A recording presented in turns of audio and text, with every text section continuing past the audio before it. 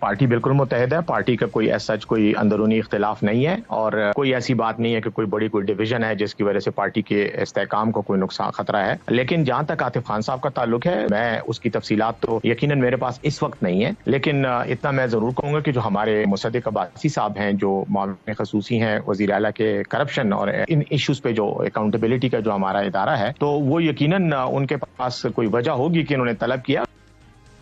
Programme کے پہلے سے ہمارے ساتھ فیصل چودھری صاحب ہیں، اور چونکہ آج عمران خان صاحب سے ملاقات کر کے بھی آئے ہیں، کیا وہاں پر گفتگو ہوئی، کیا بات چیت ہوئی؟ اور یہ جو ایک بات کہی جا رہی ہے کہ 2 دنوں سے عمران خان صاحب نے نہ عدالت سے بات کی، نہ صحافیوں سے بات کی، کہیں نہ کہیں کوئی معاملات طے ہو رہے ہیں. سارے جو سوالات ہیں فیصل صاحب سے پوچھیں گے. بہت شکریہ فیصل جوائن کرنے کے لیے. یہ جو علی امین گنڈا پور صاحب نے آج کے آ کر ایک کال دی ہے، یہ خان صاحب کے کہنے پہ دی ہے، اور اب کیا احتجاجی سیاست کے لیے گو ہیڈ اس وقت اڈیالہ جیل کے اندر سے عمران خان صاحب نے خود دیا ہے؟ جی ڈیفینیٹلی سی ایم علی امین گنڈا پور نے عمران خان سے ملاقات کے بعد یہ گو ہیڈ دیا ہے، تو اس میں کوئی دوسری بات نہیں ہے. ظاہر عمران خان صاحب کی ہدایات کے اوپر ہی یہ انہوں نے میسج دیا اور گو ہیڈ دیا ہے. اور علی امین صاحب کی ملاقات جو ہے آج عمران خان صاحب کے ساتھ اڈیالہ میں ہوئی ہے، تو یہ اس کے بعد ان کا اسٹیٹمنٹ آیا ہے. اس کو جو ہے عمران خان صاحب کی ہی کال سمجھا جائے گا. اور یہ جو بار بار کہا جا رہا ہے، آپ دیکھا ہوگا خبریں بھی ہیں کہ بھائی خان صاحب نے پچھلے 2 دن صحافیوں سے بات چیت نہیں کی ہے، وہ عدالت کو بھی اس طرح سے مخاطب نہیں کر رہے ہیں، خاموشی ہے، سخت بیانات بھی نہیں دے رہے ہیں. پہلے وہ نام لیا کرتے تھے، اب نام بھی نہیں لے رہے ہیں، تو کہیں نہ کہیں کچھ نرمی آئی ہے ان کے رویے میں. یہ بات درست ہے؟ چونکہ آپ ملتے رہتے ہیں، کارروائی اٹینڈ کرتے رہتے ہیں، ایسا ہی ہے؟ دیکھیے 2 باتیں ہیں اس میں ہماری. ایک تو بات یہ ہے کہ جو پچھلی 2 پیشیاں تھیں وہ بڑی صورت کے ساتھ ہوئی. 15 منٹ کی پیشیاں تھی، اور اس میں جو ہے زیادہ وقت نہیں تھا خان صاحب کا روسٹر پہ آنے کا، موسٹلی کیونکہ ہمارے پاس ذرا وقت زیادہ ہوتا ہے. پھر خان صاحب کی جو معاملات ہیں وہ روسٹر پہ آتے ہیں، یا تو میڈیا کی اور سے بھی بات چیت جو ہے وہ آج خان صاحب نے یہ وضاحت بھی کی کہ کیونکہ 15 منٹ کی وہ پیشیاں تھیں، لہٰذا ان کے پاس وہ وقت نہیں تھا کہ وہ فوراً آ کے جو ہے وہ بات کر سکتے. اور جو ہے دوسرا ایک میں آج آپ کے پرسن سے بھی یہ بھی بات میں نے کل بھی ٹویٹ بھی کی ہے کہ ایک ان اناؤنس سینسرشپ تو ہے. خان صاحب کی جو جیل ٹاکس ہیں وہ نہیں رپورٹ نہیں ہوتی ہیں اور پبلش نہیں ہوتی ہیں اخباروں میں، تو وہ ان اناؤنس سینسرشپ ہے جس پہ ہم نے آج میں نے ریکویسٹ بھی کی ہے چینل کے ساتھ، احتجاج بھی کیا ہے کہ یہ دیکھیں ایک عوامی حق ہے کہ رائے جو ان کی رائٹ آف انفارمیشن ہے اس تک پہنچنا چاہیے. اور خان صاحب کی جیل کے اندر سے اوپن جو کورٹ ٹاکس ہیں اس کے اوپر پابندی لگانا تو یہ غیر مناسب بھی ہے، یہ زیادتی بھی. تو دوسری بات یہ ہے کہ یہ خاموشی، اور جو خاموشی نہیں ہے، خان صاحب نے آج بھی بات کی ہے، بڑی اوپن بات کی ہے. نام انہوں نے اور انہوں نے کہا کہ سالکار صاحب نالائق آدمی ہیں.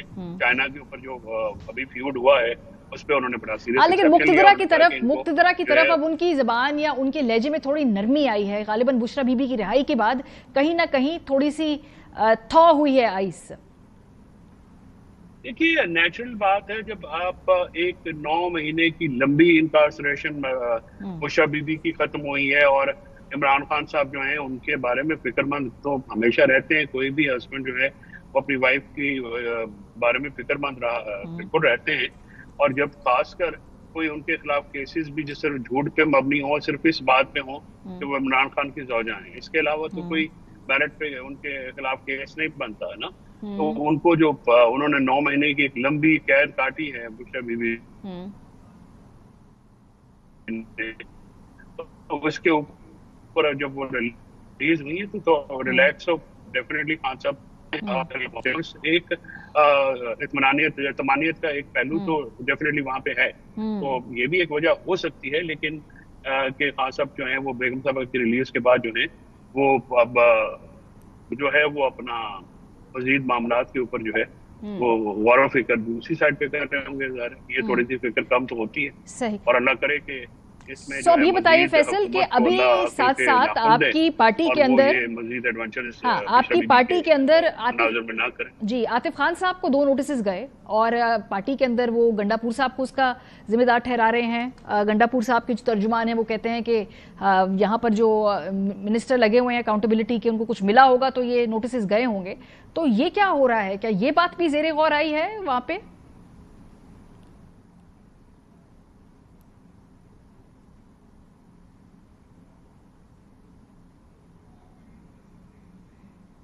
مریم میں معذرت خواہوں میرے خیال میں ایک انٹرنیٹ کا ڈپ آتا ہے اس وقت. جی فیصل صاحب، کیا گنڈا پور صاحب اور عاطف خان صاحب گنڈا پور صاحب اور عاطف خان صاحب کے جو آپس میں ہم دیکھ رہے ہیں کہ یہ اختلافات منظر عام پہ آ رہے ہیں، اس حوالے سے بھی کوئی بات ہوئی ہے وہاں پہ پارٹی کے اندر جو اس وقت یہ صورتحال ہے؟ دیکھیے پارٹی کے اندر کی بات تو ڈیفینیٹلی آپ کو یا تو وہ ان کا جو سیاسی ونگ ہے وہ بتا سکتا ہے. میں سمجھتا ہوں کہ یہ جو فیوڈ ہے، میں لیگل بات کر سکتا ہوں آپ کے ساتھ. یہ تو نیب نے یہ انکوائری کی تھی اور جہاں تک مجھے یاد پڑتا ہے اور اگر میں صحیح ہوں تو یہ انکوائری جو ہے بند کر دی گئی جب وہ کیس تھا اور وہاں پہ یہ ہو چکی. اب اس میں اگر کوئی نوٹس گئی ہے تو میرے خیال میں عاطف خان صاحب کو ایک سٹیٹمنٹ دے دینی چاہیے اور وہاں پہ جو حقائق ہے وہ میرا نہیں کہا کہ یہ اتنا بڑا مسئلہ ہے جتنا یہ پورٹری کیا جا رہا ہے، اتنا بڑا مسئلہ ہے نہیں. تو یہ ٹھیک ہو جائے گا. کوئی اتنا معاملہ مجھے امید ہے کہ اس پہ جلدی جو ہے وہ کوئی معاملات درست ہو جائے. ٹھیک ہے، بہت شکریہ. فیصل چودھری صاحب ہمارے ساتھ موجود تھے پروگرام کے حصے کے اندر. عمران صاحب کی جو آج ملاقات کے حوالے سے انہوں نے کہا کہ بہت ساری باتیں وہ کرتے ہیں لیکن رپورٹ اس طریقے سے نہیں کی جاتی. یہ بھی اس وقت ہو رہا ہے اور عمران خان صاحب کے کہنے کے اوپر یہ فائنل کال دے دی گئی ہے. اب تحریک انصاف کا آگے لائے عمل کیا ہے، یہ فائنل کال کتنی ان کی مدلل قسم کی ہوگی یہ ہمیں معلوم نہیں ہے اور اس کو کیا وہ نتائج حاصل کر پائیں گے. لیکن عدالتوں کے سامنے بہت کچھ ہو رہا ہے. جی اس وقت ہم نے دیکھا کہ 26ویں ترمیم چیلنج کرنے جا رہی ہے اس وقت وکلا باڈی. حامد خان صاحب اور منیر ملک صاحب یہ وہ لائرز ہیں جو کہ لائر موومنٹ کے روح رواں تھے. کیا اب کسی لائر موومنٹ کے اندر وہ جان ہوگی، خاص طور پہ جب کہ سپریم کورٹ بار کے الیکشن ابھی ہوئے ہوں اور اس میں حکومت نے کسی نہ کسی طریقے سے بائی ہک اور کرک، وہ ایک علیحدہ مسئلہ ہے لیکن اس وقت مینج کر لیا ہے وکلا کی سینٹیمنٹ کو بھی، اور اگر کسی بھی قسم کی وہاں پہ کوئی موومنٹ ہوتی ہے اس کو ہارنس کر لیا ہے. سو یہ جو ترمیم ہے اس کو چیلنج جو کیا جا رہا ہے، اس کو لاہور ہائی کورٹ بار ایسوسی ایشن نے 26ویں آئینی ترمیم کو سپریم کورٹ میں چیلنج کیا ہے. تحریک انصاف کے وکیل رہنما حامد خان کی جانب سے ترمیم کے خلاف آئینی درخواست دائر کی گئی ہے. درخواست میں استدعا کی گئی ہے کہ سپریم کورٹ 26ویں آئینی ترمیم کو غیر آئینی قرار دے. آئینی ترمیم کے سیکشنز کے تحت اقدامات کو غیر آئینی قرار دیا جائے. آئینی درخواست میں وفاق، جوڈیشل کمیشن، قومی اسمبلی، سینٹ، اسپیکر قومی اسمبلی اور سیکرٹری صدر مملکت کو فریق بنایا گیا ہے. اس موقع پہ ہم نے دیکھا کہ منیر ملک صاحب اور علی احمد کرد صاحب نے بڑے دھواں گفتگو کی. کیا کہا سنیے. تحریک چلے گی یا نہیں چلے گی؟ تحریک تو کب کی شروع ہو چکی ہے. نیشنل ایکشن کمیٹی یہ چیلنج دیتی ہے کہ تمام بار کاؤنسلز مل کر ایک ملک گیر ریفرینڈم کرائیں صرف ایک پوائنٹ کے اوپر کہ 26ویں ترمیم منظور یا نامنظور. کوئی آزاد عدالت 26ویں آئینی ترمیم کو ایکسپٹ نہیں کر سکتی. مجھے خوشی ہے آل پاکستان کی آج کی لیگل ایکشن کمیٹی نے اس وکلا تحریک کو جو شروع ہو چکی ہے اس کو ہم نے یہ نعرہ دیا ہے، نہیں چھڈائیں گے، نہیں چھڈائیں گے. ایک انٹرسٹنگ تصویر بھی آپ کو دکھانا چاہتے ہیں. آج چیف جسٹس صاحب نے ایک اجلاس کال کیا اور یہ اجلاس ہے وہ اصلاحات ہونی ہے جیل کے اندر، اور وہ جو کمیٹی کی تشکیل ہے اس میں آپ کو ختیجہ شاہ صاحبہ بھی بیٹھی نظر آئیں گی. غالباً وہ اس کمیٹی کا اس لیے بھی حصہ ہے، ایک تو تحریک انصاف نے اپوائنٹ کیا، ساتھ ساتھ چونکہ وہ جیل میں رہ بھی چکی ہیں تو اب وہ اندر کے جو حالات ہیں اس حوالے سے جو اصلاحات کرنے ہیں اس میں اپنا انپٹ دیں گی. بڑی انٹرسٹنگ ڈیولپمنٹ ہے کیونکہ ہم جانتے ہیں کچھ مہینے پہلے تک کتنی سختی تھی 9 مئی کے کیسز کے حوالے سے. اب جو ان میں ہی نامزد لوگ ہیں ان کو اعلیٰ عدالت جو ہے کمیٹی کے اندر بیٹھ کر ان سے مشورے اور صلاح بھی لے رہی ہے. تو یہ ایک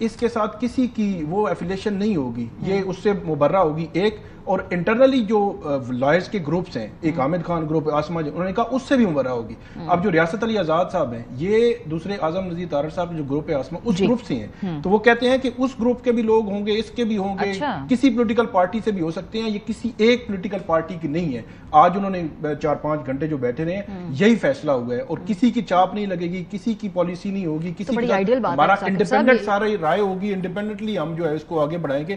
اور وہ انہوں نے میرے خیال میں بہت تیزی سے بھی نہیں, آل پاکستان لائرز کنونشن, دین وہ کہہ رہے ہیں سب سے پہلا جو ان کا ایجنڈا ہے وہ یہ ہے کہ جو آئینی ترامیم سپریم کورٹ میں چیلنج ہوئی ہیں, وہ انہوں نے یہ کہا ہے کہ سپریم کورٹ اس پہ فل کورٹ بلائے. اچھا, فل کورٹ بٹھائے. اب فل کورٹ بٹھانے کے لیے جو لا آف لینڈ ہے اس کے تحت تو نہیں بٹھا سکتے, لیکن ان کا یہ کہنا ہے کہ جن ترامیم کو ہم چیلنج کر رہے ہیں وہی آئینی ترامیم کے تحت بینچز بننے ہیں, ساری چیزیں ہونی ہیں, تو وہی جو ہے وہ بینیفیشری ہیں, وہی سارا بنائیں گے, وہی سنیں گے. تو یہ کیسے ہو سکتا ہے؟ تو فل کورٹ بیٹھے, فل کورٹ اس کو ایگزامن کرے, اور اس کے بعد پھر ایک اور بات انہوں نے کی کہ ہم لائرز جوڈیشری کے ساتھ ہیں, جوڈیشری کو فرنٹ پہ آنا پڑے گا, جوڈیشری کو رول ادا کرنا پڑے گا کہ کوئی انڈیپینڈنس آف جوڈیشری کمپرومائز ہو رہی ہے. جی عمران, یہ جو پورا خاکہ پیش کر رہے ہیں ہمارے دوست ثاقب بشیر صاحب کہ اے پولیٹیکل ہوگا اور بڑا سٹرکچرل ہوگا, تیاریاں مکمل ہے, جوڈیشری کو لیڈ کرنا ہوگا, آپ اس پہ اگری کرتے ہیں کہ اس کے آثار نظر آ رہے ہیں؟ نہیں, میں اس بات سے تو ایگری نہیں کرتا کہ اس وکلا تحریک کے پیچھے پاکستان تحریک انصاف نہیں ہوگی. آج بھی جو سپریم کورٹ کی پریمیسز میں وکلا کے جن نامور شخصیات کا اجلاس ہوا ہے, اس میں تحریک انصاف کی شخصیات وہاں پہ دیکھی گئی ہیں. صرف حامد خان نہیں تھے, وہاں پہ شعیب شاہین بھی تھے, وہاں پر تحریک انصاف کے نیاز اللہ نیازی بھی تھے, اور بھی تحریک انصاف کے چہرے وہاں پہ نظر آ رہے تھے. لیکن بہرحال ان کی ایک کوشش ہے کہ یہ وکلا تحریک جو ہے اس کو کوئی سیاسی رنگ جو ہے وہ کوئی نہ دے سکے, نہ اس کا کوئی سیاسی تاثر کوئی لے سکے, لیکن یہ اتنا آسان نہیں ہوگا. لیکن میں اس سارے معاملے پر آنے سے پہلے ایک اور بات بھی کرنا چاہوں گا, جو ہمارے ساتھی ثاقب بشیر بات کر رہے تھے, جو 26 آئینی ترمیم کا معاملہ ہے نا, اب یہ وکلا جو ڈیمانڈ کر رہے ہیں وہ فل کورٹ کی کر رہے ہیں. اب فل کورٹ اس پہ بنتا ہے نہیں بنتا, 26ویں آئینی ترمیم کے تناظر میں قطع نظر اس بحث میں جائے بغیر, دیکھیں یہ آئینی ترمیم کے نتیجے میں ہی یہی افریدی صاحب جو ہے وہ چیف جسٹس آف پاکستان بنے ہیں, اور اسی 26ویں آئینی ترمیم کے تناظر میں جو منصور علی شاہ صاحب ہیں وہ آپ کہہ سکتے ہیں کہ وہ متاثرہ فریق ہیں. تو ایسا بینچ اس میں بننا چاہیے. اب کس سائڈ پہ بنتا ہے میں اس بحث میں بھی نہیں جاؤں گا, لیکن وہ جو ایک پینل والے تھے اس کو آپ کیسے اس بینچ میں شامل کر سکتے ہیں جو یا تو بینیفیشری ہو سکتے ہیں یا پھر افیکٹو ہو سکتے ہیں. یہ بڑا ایک کروشل. لیکن عمران, کوئی لائرز موومنٹ نظر آ رہا ہے آپ کو؟ کوئی کیا جو وکلا, ایک منٹ میں لوں گا, جی 1 منٹ میں اور لوں گا. یہ جو وکلا تحریک کی بات ہے نا, دیکھیں یہ وکلا جو آج چہرے ہم نے پریس کانفرنس پہ دیکھے ہیں, بڑے معتبر چہرے ہیں, بڑے نامور شخصیات ہیں, بڑے کریڈیبل ہیں, لیکن آپ ان کی اگر پچھلے چند دنوں کی تقریریں نکال کے دیکھیں تو اس میں سے کچھ چہرے آپ کو نظر آئیں گے جو سابق چیف جسٹس قاضی فائزہ کو ٹارگٹ کر رہے تھے, کرٹیسائز کر رہے تھے, اور کہہ رہے تھے کہ ان کا دور کوئی اچھا نہیں گزرا. اب آپ مجموعی طور پہ ساری صورتحال کو دیکھیں کہ یہ وکلا تحریک جب 2007 میں چلی تو یہ لے کے آئے, افتخار چودھری صاحب کو دکھایا عوام کے سامنے کہ یہ نجات دہندہ ہے, عدلیہ میں آئیں گے, واپس آئیں گے, ریسٹور ہوئیں گے, عوام کو انصاف ملے گا. کیا بنا عوام کا؟ کچھ نہیں ہوا. اب یہ کہہ رہے ہیں کہ قاضی فائزہ کے ساتھ بھی ہماری توقعات پوری نہیں ہو سکی, تو 2 مرتبہ تو یہ خود مرد شناسی میں دھوکہ کھا چکے ہیں. ٹھیک ہے, تیسری مرتبہ ان کا اعتبار کوئی چلے ٹھیک ہے. آپ جو بات کہہ رہے ہیں کہ جی اس حوالے سے آپ کو کوئی لائرز موومنٹ نہیں آ رہی اس وقت, بہرحال دیکھتے ہی ہیں کہ آگے آنے والے دنوں میں کیا وہ مومنٹم اکٹھا کر پائیں گے اور کیا یہ پولیٹیکل موومنٹ ہوگی. بہت سارے سوالات ہیں, اس پہ نظر رکھیں گے. بریک پہ جب واپس آئیں گے تو لاہور میں اس وقت اسموگ ہے. لاہور چھوڑیے, اس وقت اسلام آباد میں ہم نے دیکھا ہے کہ پہلی مرتبہ اسموگ ہمیں نظر آ رہی ہے. حکومت کی پرائیورٹیز, حکومت کی ترجیحات وہ ہم سب کے سامنے ہیں. شہری جو ہے وہ پریشان ہے. لوگوں سے ہم نے پوچھا کہ ان کو کس طرح سے افیکٹ کیا ہے اسموگ نے. پروگرام کے اگلے سے میں اس پہ ہم بات کریں گے, ہمارے ساتھ رہیں. Welcome back. لاہور مسلسل اسموگ کی زد کے اندر ہے اور آج تو جو تمام آلودگی کے ریکارڈ ہیں وہ توڑ دیے گئے ہیں. اگر ہم آپ کو خالی اس ہفتے کے اندر ہی لاہور کے اندر آلودگی کا انڈیکس کیا ہے اس کا چارٹ دکھائیں تو آپ کے ہوش اڑ جائیں گے, کیونکہ تقریباً 2 سے 2.5 کروڑ لوگ, بلکہ اس سے بھی زیادہ, اس شہر اور اس کی ویسینٹی کے اندر رہتے ہیں. اور اب اسموگ تو پھیل کے اسلام آباد تک بھی آ چکی ہے, اور اب دیکھیں گے کہ چند سالوں میں اسلام آباد کے اندر بھی شہریوں کا جینا 2 بھر ہو جائے گا. یہ اب دکھاتے اس ہفتے لاہور کا کوالٹی انڈیکس تھا کیا. ہفتے کے دن لاہور دوسرے نمبر پہ تھا,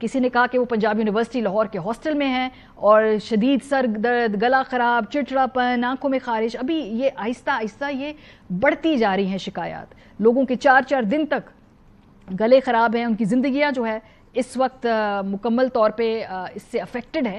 اور ابھی تو یہ صرف آغاز ہے, کیونکہ ہم نے دیکھا ہے کہ اسموگ کے حوالے سے اگر آج بھی ہنگامی طور پہ کچھ کیا جائے تو آنے والے چند سال لگیں گے اس کو کنٹرول کرنے میں. فہد ملک صاحب ماہر ماحولیاتی قوانین ہمارے ساتھ موجود ہیں. بہت شکریہ فہد صاحب. کچھ کیسز میں نے بتا دیے, کچھ اس حوالے آگہی میں نے دے دی.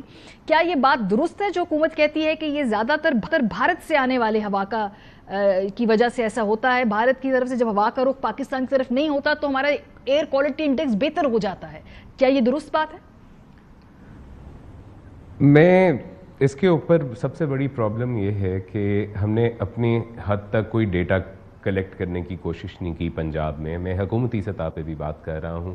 اس کا بڑا آسان حل ہے, آپ نے 3 میٹر لگانے خاص فاصلوں پہ بارڈر سے, اور آپ اس کا جواب تلاش کر سکتے ہیں کہ ان کا قصور ہے یا نہیں, اور اگر ہے تو کس حد تک ہے. اس کا جواب مشکل نہیں ہے. لیکن اگر آج صبح کی ہی فگرز لے لی جائیں, جب کچھ ایریاز میں 1000 تک انڈیکس کیا اور کچھ ایریاز میں 1300 تک بھی گیا, اس وقت ایئر 0 تھی. دیر واز ناٹ ایون, ہلکی سی بھی کوئی بریز نہیں چل رہی تھی. 0 کلومیٹر پر آر ایئر سپیڈ آ رہی تھی ہر ایئر مانیٹر کے اوپر, ہر ویب سائٹ کے اوپر, ہر آن لائن ریسورس کے اوپر. اس کے بعد 7 بجے آن ورڈز 2 سے 3 کلومیٹر فی گھنٹہ کی رفتار پہ ہوا چلنی شروع ہوتی ہے. اور انٹرسٹنگ بات یہ ہے کہ اس وقت اس کا رخ انڈیا سے پاکستان کی طرف ہے, لیکن سپیڈ اتنی کم ہے کہ ایکچولی میٹر نہیں کرتا رخ کدھر ہے. لیکن بائی 9 PM وہی انڈیکس جو 1000 اور کچھ ایریاز میں 1300 تک پہنچا ہوا تھا, وہ پہلے 700, 600 اور پھر 10 بجے تک وہ 300 پہ آ چکا تھا.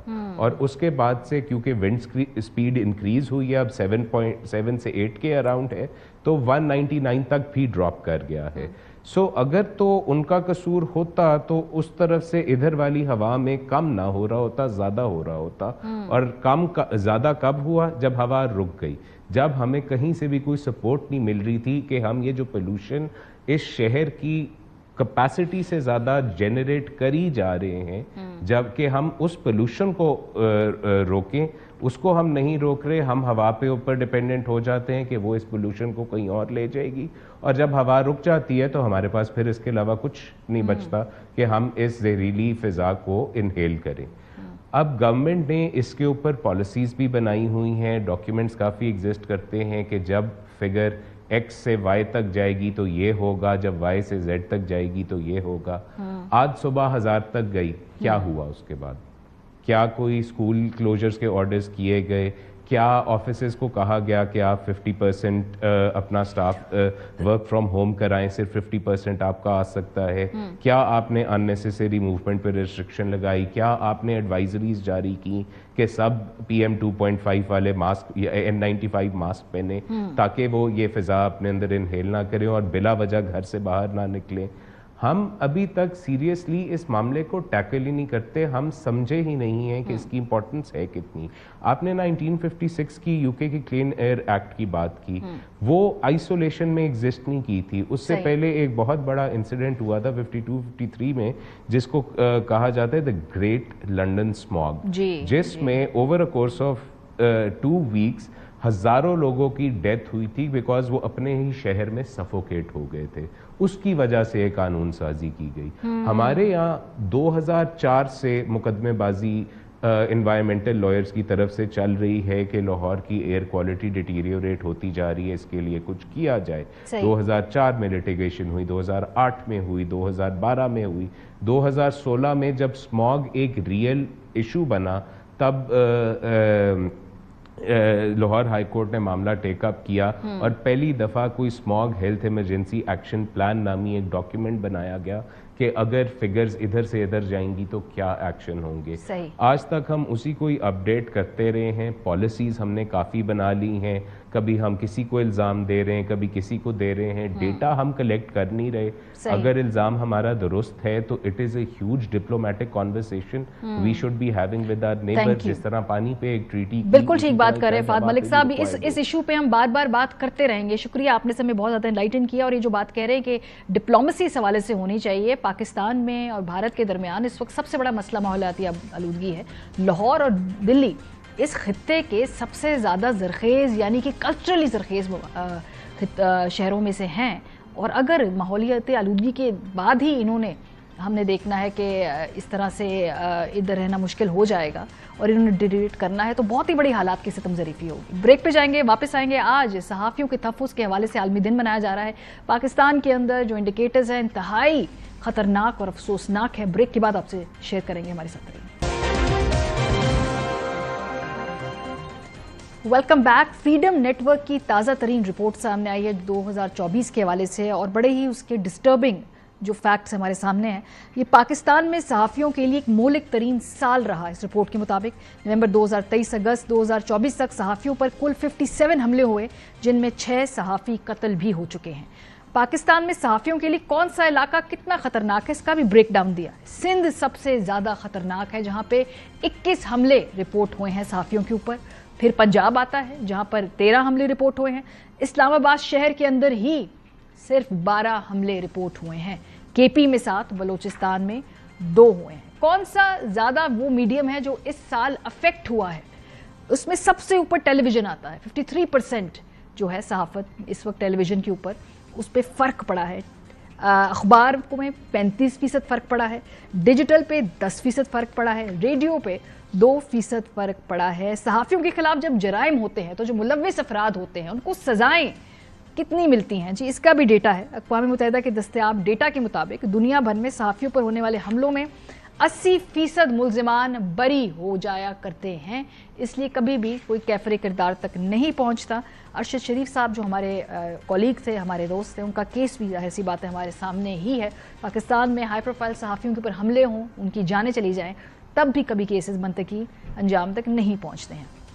پروگرام کا وقت ختم ہو گیا. اپنا فیڈ بیک دینا مت بھولیے گا. خیال رکھیے. خدا حافظ.